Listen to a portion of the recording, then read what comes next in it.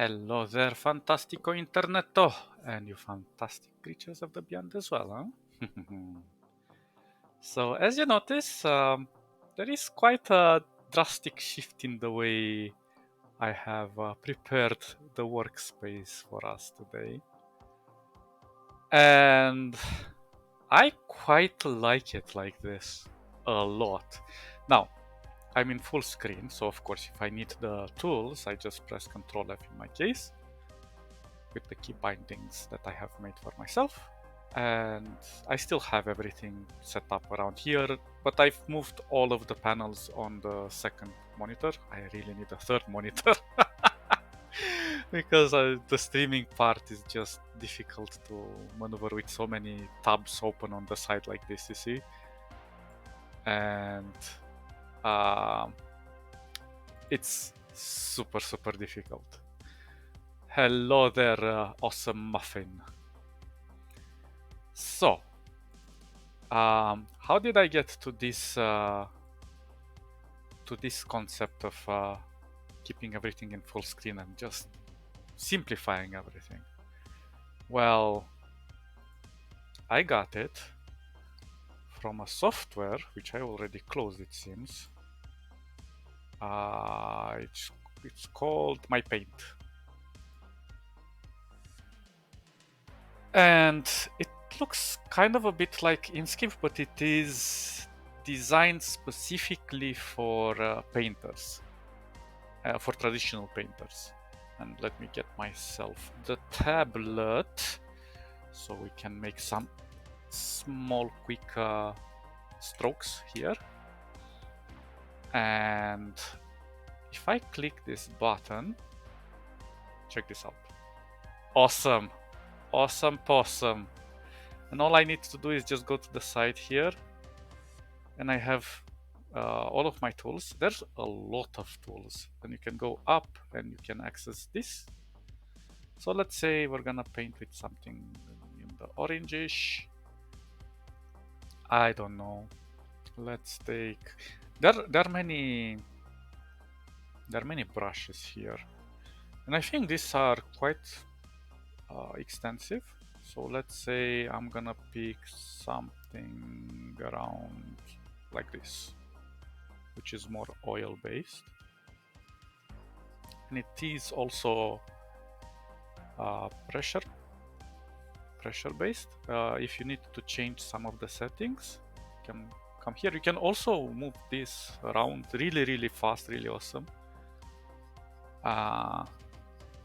It's amazing what you can do with this. So for example, I can just add other brushes, but what's really amazing, I don't know how they hide now. Press escape. Yeah, pressing escape. Now the cool thing about this is you can really simulate some real life art. Like, look, I'm adding water into the mix, so I can just simulate some of the colors to transition into one another better. You have the sponge, and this tool itself has a lot of versatility. For example, if I can do something very standard like so, I'm just painting with one color. Now if I want to make straighter lines, I have this delayed thing, so I can go like this. It's really awesome. And you have the erasers, you have the pencils for the shading, for example. Super fun. And everything is just super easy to combine. Look, clouds. Pum. You have even patterns and things.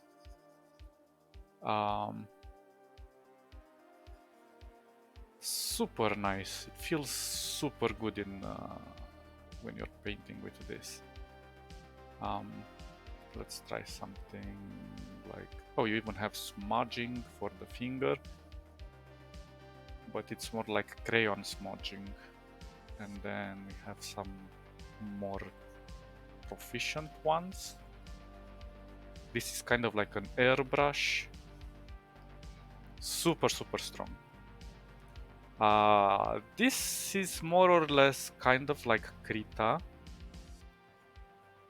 in terms of painting and brushes, and it's really good if you want to transition from Krita to something more elaborate like this, which gives you the full canvas. Now, there are a few things that are a drawback to this. I don't know how to change the color of the canvas. I think this comes by default, and I think it also affects the way the color kind of spreads, because it has this texture and it's uneven and so on, which is really nice. When you're saving, it saves exactly the space that you painted on, so you don't have to focus on dimensions and things like that. But you do have the option to set it up to however kind of a dimension you need it, because right now it's infinite. Another problem is, well, you can press D and F to make the brush smaller or bigger, but you don't know how small is small and how big is big, because right now, look, this is super huge, this is super small. The circle is not a very good indicative of how big your brush is, so I don't know. Maybe this is a Windows bug or a limitation, I have no clue. Because I think initially this is developed more for Linux. It is an open source software after all. And yeah, that's a pain. And the second thing that I I found it kind of nasty is that if you mess too much with too many things, it's gonna crash. Oh, and I also love this. This is really awesome. You don't focus on the tools, you focus more on your design, which is, I super love this. Sure, you have, look, this, you can make specific lines like this, like for creating concept art, but in general it's for painting. Oh, so it seems there is sort of a canvas, but I suppose this is calculated based on how much I have painted. So sometimes when I press Ctrl Z, it can crash. The zooming also has a limit here, and so is the zooming outwards. But it's not invasive. It really lets you focus on your design, and I love that. But yeah, as I said, it gets quite... Oh, I haven't changed the brush. It can crash. And one thing that I really liked, again, is this thing, like night. I really like this. Look. And it only applies to the parts that you painted on. It doesn't do anything outside, you see? So you can really make some interesting patterns with this. Super awesome. But it's not dedicated for digital painting. It's more for traditional, as I said, because of how the canvas is designed. Perhaps you can adjust it, but there's quite a few things to fiddle with. And there's another one that I liked. Which one? Noise. Like with noise, you see it kind of drops these splatter edges. It's super fun. It's like you're throwing with your brush that's heavy on water and paint, and you're just throwing drops on the canvas. It's just oof, fantastic.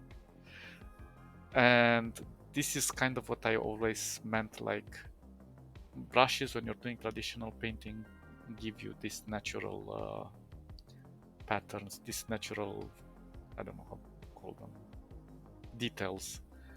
And this kind of achieves the same. I'm quite amazed with this tool, but it's not exactly what I'm seeking for when I'm doing digital design. And of course, I can simulate all of these elements with Affinity as well. But this one is so much easier to use. So if you're into this, I highly, highly recommend this one. It's called My Paint. And I love it. I can't make a heart. Let's make a heart with an arrow in it. Bam, bam. Oh, come on. Yeah, there are a few issues, as I said. Perhaps I have to do it.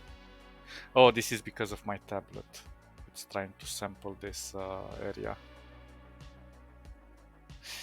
And again, quite interesting.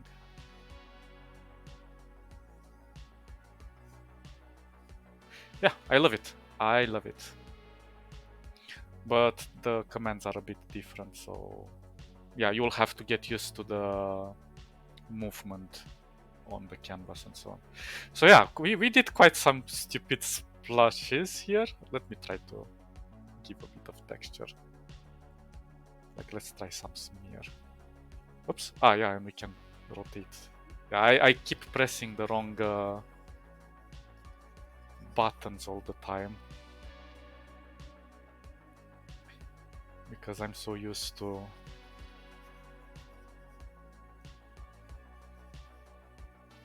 doing other things. Let's try around one.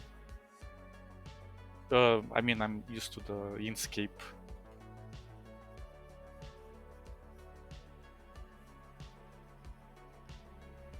Oh, it just feels so good. I should stop though. Oh, and you even have blending things here. Super nice. And now let's just try to make it. Let's see what we're gonna get. A bit bigger. Whoops. Keep pressing the wrong one. Look how beautiful this is. The transitioning and just wow. I love it. It doesn't just pushes the same color. It kind of creates an opacity and smudge at the same time. It's quite unique, this approach. And it is a bit calligraphic as well in nature. Although, of course, you have to find some good use for the brushes are predefined, so you don't have a lot in terms of the shape of the brush. Most of them are rounded from what I have seen. I really like this. Looks as a cute cloud that's smudged there. Never mind, let's stop. So yeah, but keep in mind it's gonna crash if you're painting too big or stuff like that. It's gonna have the nightmare. Okay, how do I exit? Good. And yeah, you see, quite a lot of tools, just like in Inkscape. Inkscape little cousin that does raster design. Liquid. So yeah, I have went for the same kind of principle. But now let's get back to our own insanity. Let me just remove this thing, which is called the tablet, and let's talk a bit about some of the things that I have learned in here, because I have found out some really amazing things. Now, we talked about in the past about how to organize it as best as we can to kind of identify things. I have found the perfect way to do that, but it is tedious, so I warn you. So let's start with the color. Let's, for example, this one in the palette, I have started naming it filament base color. Okay, so this applies to this. Okay, let me just disable the background. Actually, I'm just gonna put. I also changed the background here. Actually, let me show you guys. So if we're gonna go into the document settings, I have changed the page to I didn't. Well, you can change it to something like 95 and 90. And it gives this yellowish kind of hue. It makes it a bit easier to work with the canvas. It's not so white, you know. But anyway, we already added this here. I suppose this saves with the template that I was working right here, but never mind. So we have this, and we have named it filament base color in our layer. Now, the filament base color is attached to a swatch. So if I go here, I have also named my swatches, but let's not hurry. You can name your swatches by double clicking, but that's not the way to do it. Oops. And also don't click in the swatches at all. Don't touch this. I wish there was like a lock icon here so I can lock them, so I don't accidentally switch between them, because every time you select something and you click a swatch, just go to that swatch. It's like, ugh, you bastard. Anyway, so this swatch is called SW filament base, and this is because we are applying it to this element over here. And we can also apply it on the other design as well. But for now, let's just focus on one element at a time. So, interestingly enough, when you apply a swatch, you can apply it here and to many other elements, but I only applied it to this particular layer over here, to nothing else, just to this one. But if I switch this color, let's say to a yellow, you see it modifies this, but it's not applied to it. Now let's turn back. Oh. Okay. So click this, create it as a swatch, never touch this panel. Ever, ever, ever, ever. Unless you know what you're doing. Now, how do we name this? And why do we name this? Well, first of all, I want to know which layer in my palette is attached to which swatch. So before they were called hashtag swatch 80 or something like that. And that makes no sense, because you get lost into those things. But if you come here, and I know this is gonna be tedious, but it's also quite important to understand. So we have depths 2. So this is where the swatches are hidden. So when you click on here, you will see linear gradient ID blah blah blah. Good. And usually these have the name swatch 80, swatch 40, and whatever comes next. But the thing is, if you try to rename them here, and I'm just gonna give an example of a swatch. Okay, let's say we're creating a swatch here. Let's put a green, okay? Let's put it a bit more lively. And click swatch. It's called swatch 6. Look what happens when I activate swatch 6. It's always going to appear up here before everything. That's the order. So let's call it sneaky green. You see, it applies a label instead of modifying the ID. And it's not mentioned here either. So you're still having this hashtag swatch 6 for the ID. So the way to do it, I'm gonna undo it. Oh shoot, yeah, again, don't click on anything. You have to come over here, click on this, and then modify it over here. And now if I call it sneaky green, something happened. It disappeared from over here. But the swatch is still active and it's still in my palette, in the auto palette. But if I go over this, it still says swatch 6. Now what gives? Well, this is something related to Inkscape. It doesn't, for some reason, update in real time. So one way to do this is to go here, select a different swatch, come back, go to auto, and now it's gonna rename it correctly. Now, what happened here? Well, this one was attached to the ID, whatever swatch that was. Now we need to click on it. Actually, we already clicked on it. And I have to reapply the swatch with the correct naming.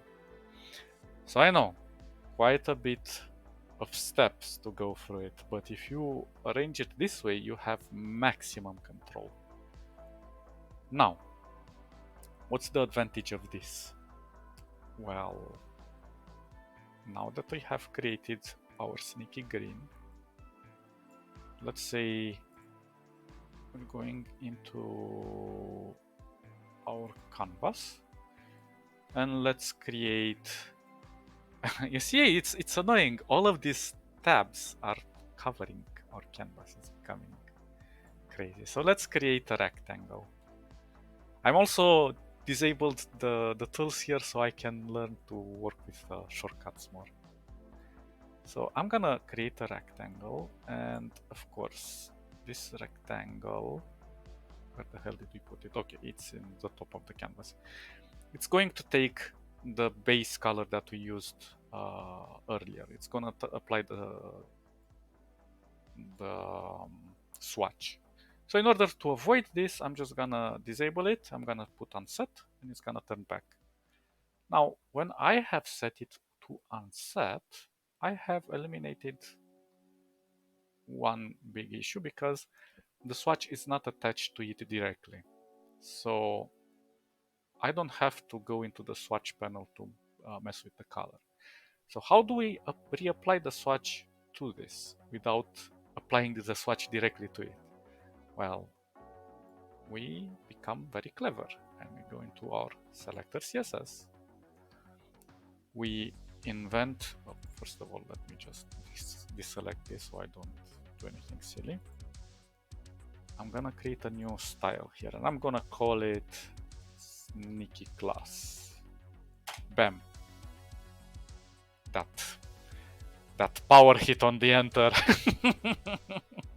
Now we select our sneaky class, we select our object, and we apply it into our sneaky class. Bam, just like that. It's called rectangle 6, but whatever, I can rename it. So, what's the advantage of having it into the sneaky class, you say? Well, we go here and we say, I want this to be filled, and we are calling the URL to our sneaky green, what's it called? To our hashtag sneaky green.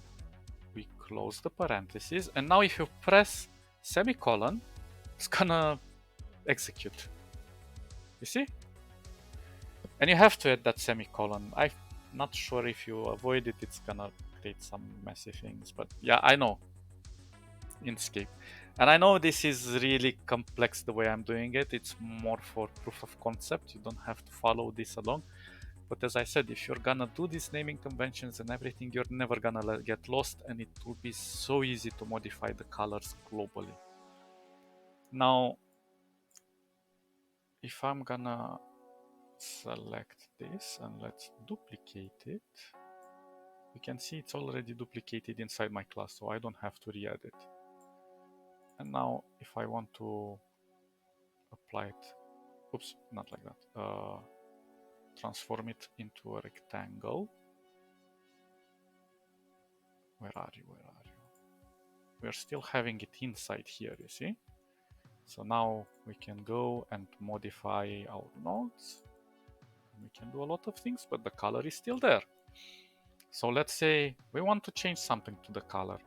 Obviously, you can click around and blah, blah, blah, and see the swatch because it's gonna display here.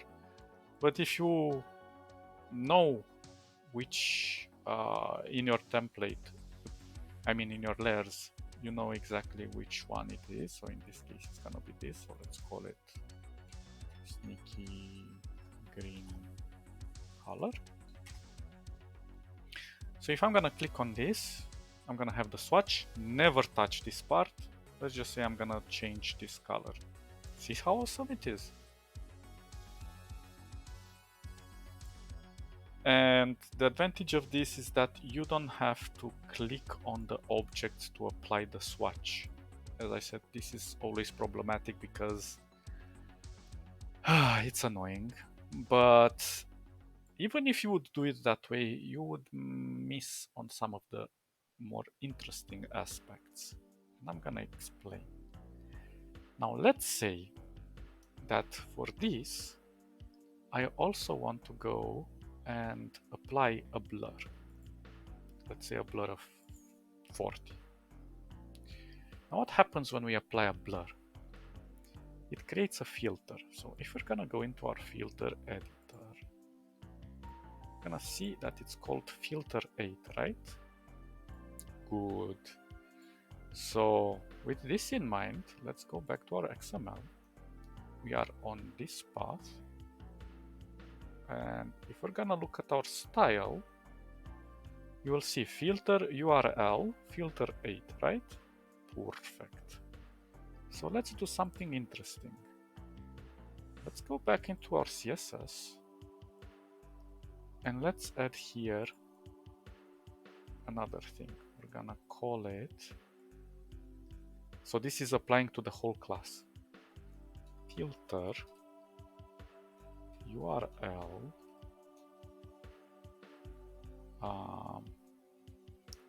hashtag filter 8 and semicolon. Ta-da! So the cool thing now is that we don't have to edit the filter here. We can just go here into our thing and we can fine tune it to however we wish. So let's say I'm gonna give it a 5. Bam! All of them are being transmuted to this opacity. Of course, I can unlink it and go in on the horizontal blur and less on the vertical one.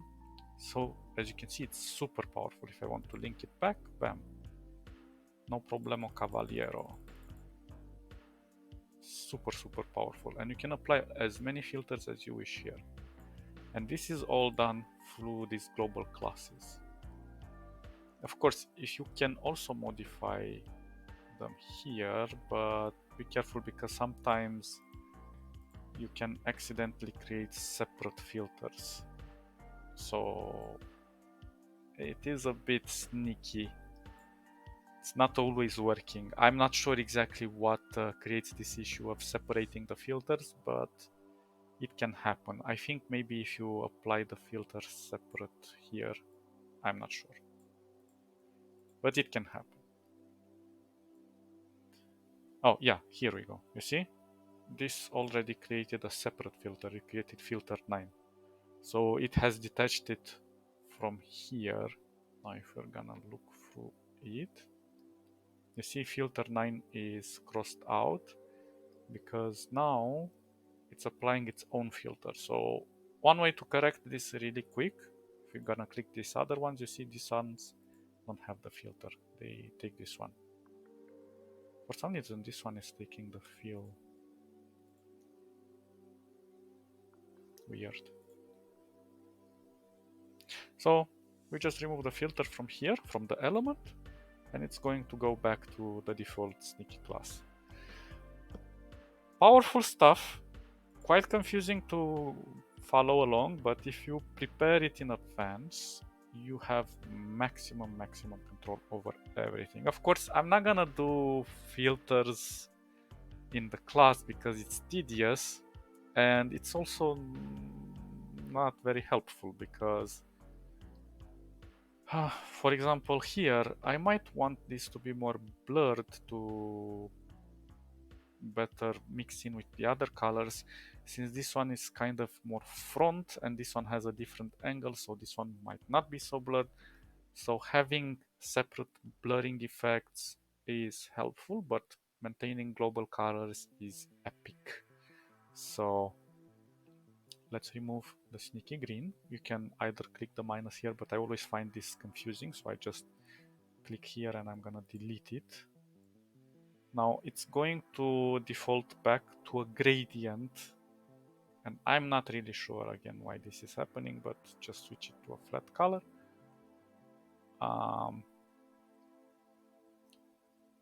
But it seems that we have, yeah, now everything is just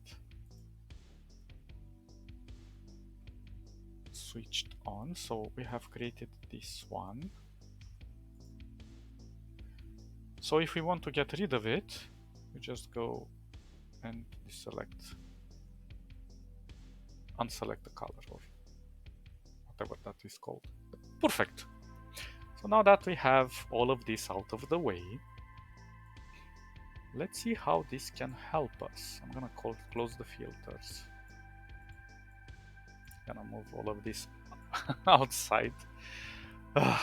So many things to go through. But this experiment is fantastic. So yeah, we're still in development of our technique. And it's slow, painful, but really efficient when you think about it. So let's say we're gonna go here and I'm gonna create sort of like, let's see if I can manage something interesting. Let's say we're going to,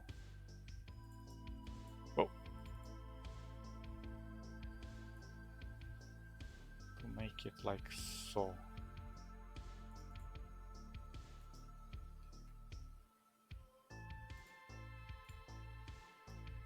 Hey, no. What am I clicking? Okay, perfect.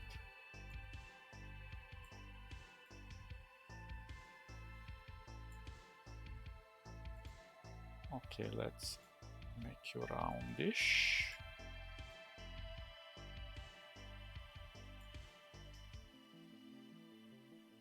And let's give you a weird shape like this.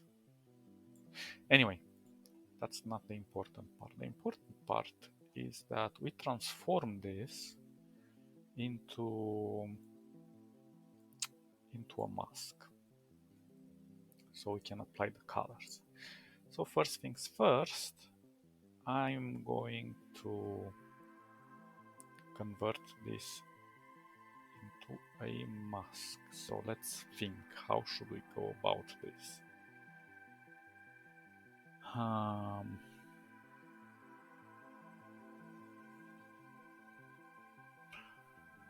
Let me check how I did it here. So this one is inside with the same shape. Okay, so I'm gonna duplicate it. Let's go into the normal Inkscape. I'm gonna apply its color and remove the border. And now let's select. Okay, let's select this. And I am going to remove the border, although I could do it here. And this is going to go into the filament top. So now with this and this one selected, I am going to set a clip and voila. So this one right now is a clipping mask and I messed it up. I messed it up because I forgot to create the group. Let's undo this. So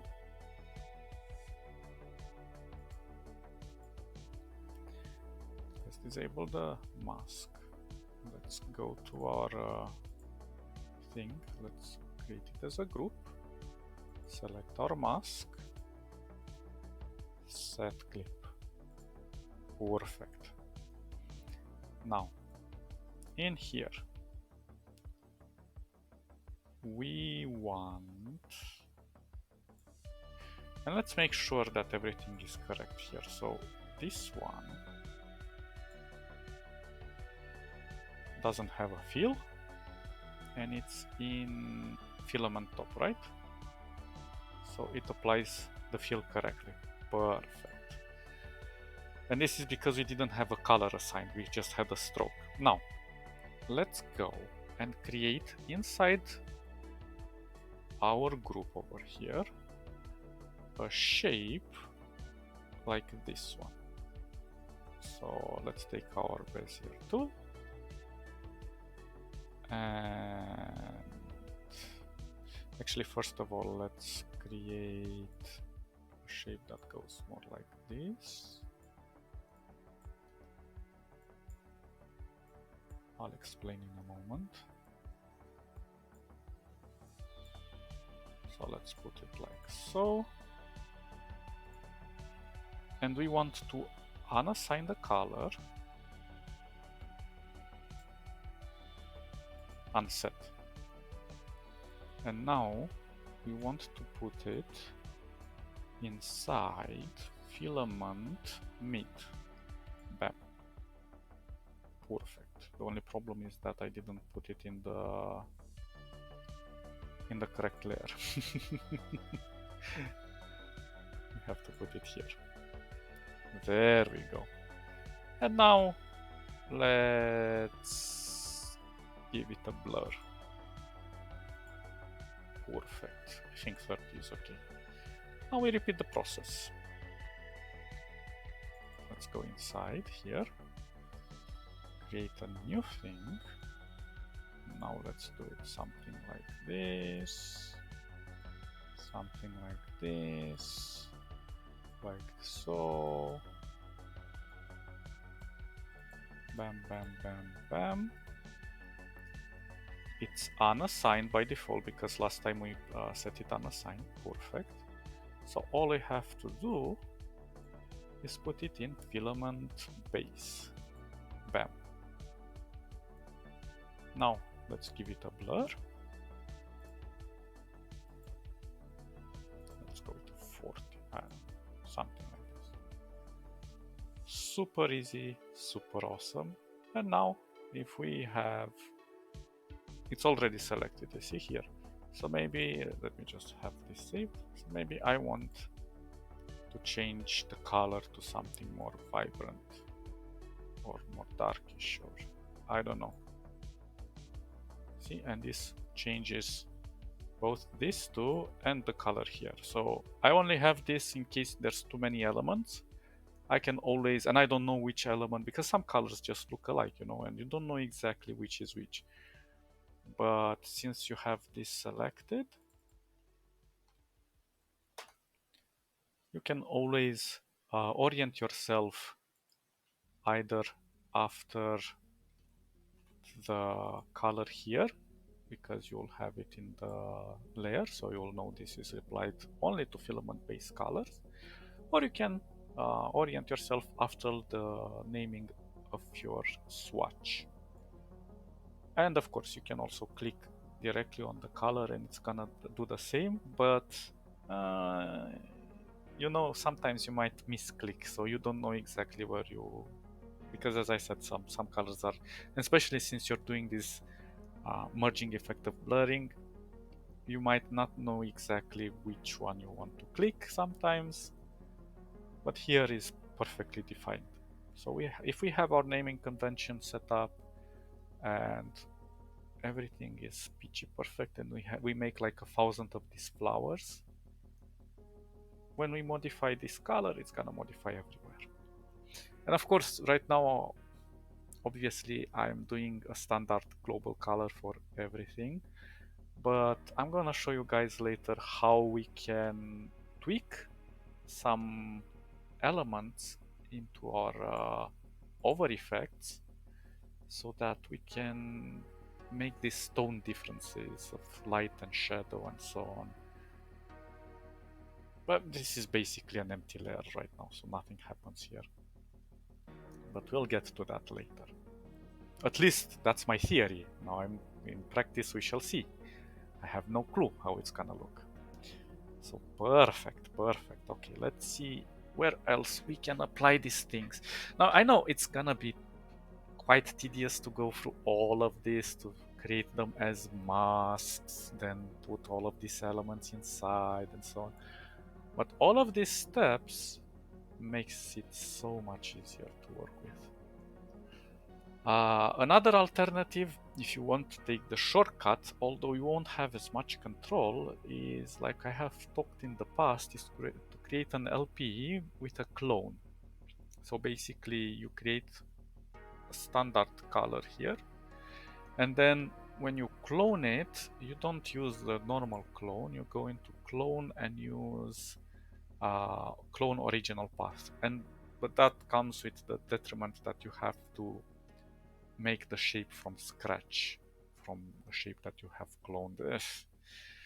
It's a bit tricky, and then you have also the issues that your translation doesn't. Yeah, well, the rotation and the translation don't match when it comes to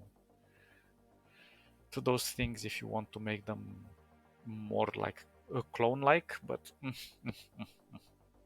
anyway, finicky. Finicky. But I'm more interested in the color element. Okay, so I think I'm gonna stop here because I still have to create this tedious task of setting everything up. But it's gonna be fantastic at the end. I just have a feeling. No? It's just a feeling. And then, of course, I still need to add more elements here, like, as I said, some leaves, some branches probably. Still have to maneuver this one. I'm not very happy with this shape.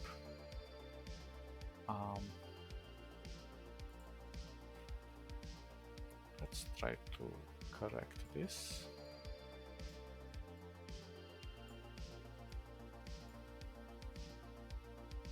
And this is the fun part of having.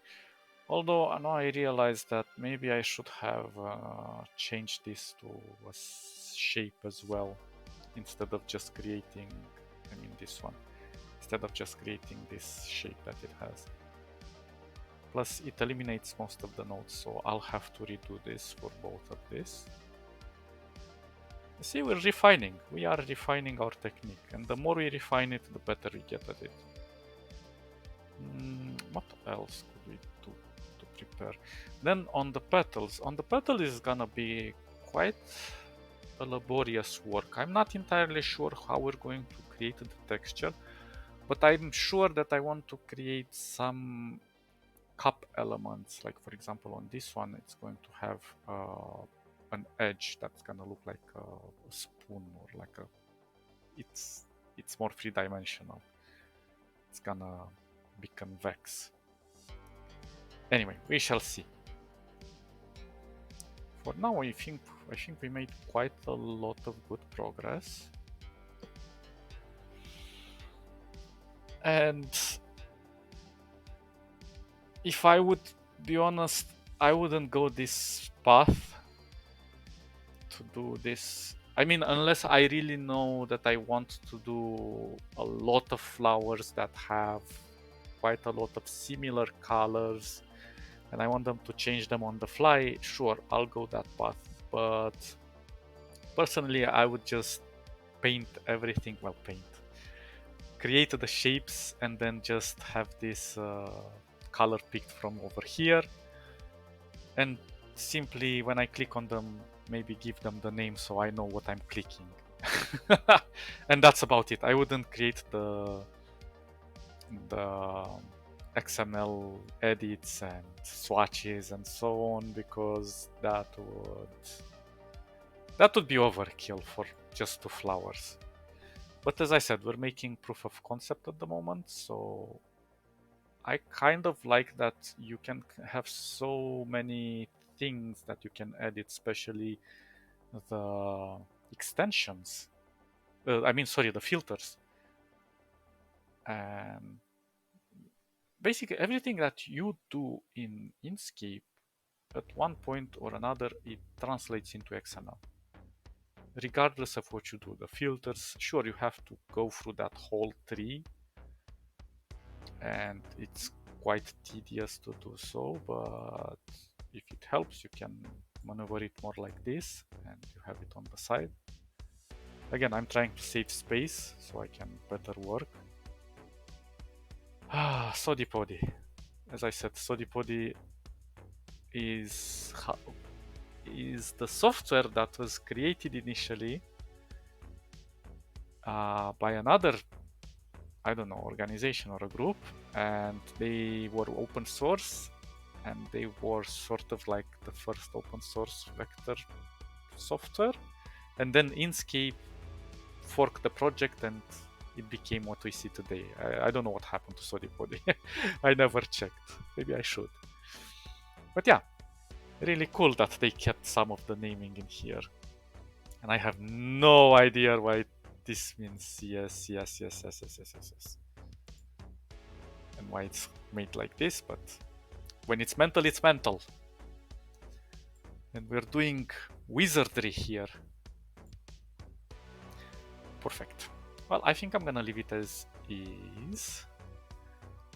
And next time I'm gonna have more prepared here, and we can maybe play with the colors and create the inner shapes of the petals, and we'll just associate them directly with the styles, and it's gonna be a breeze to work with.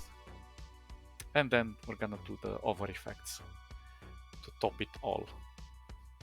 Okay guys, you stay awesome, and I'll catch you in the next episode. Bye.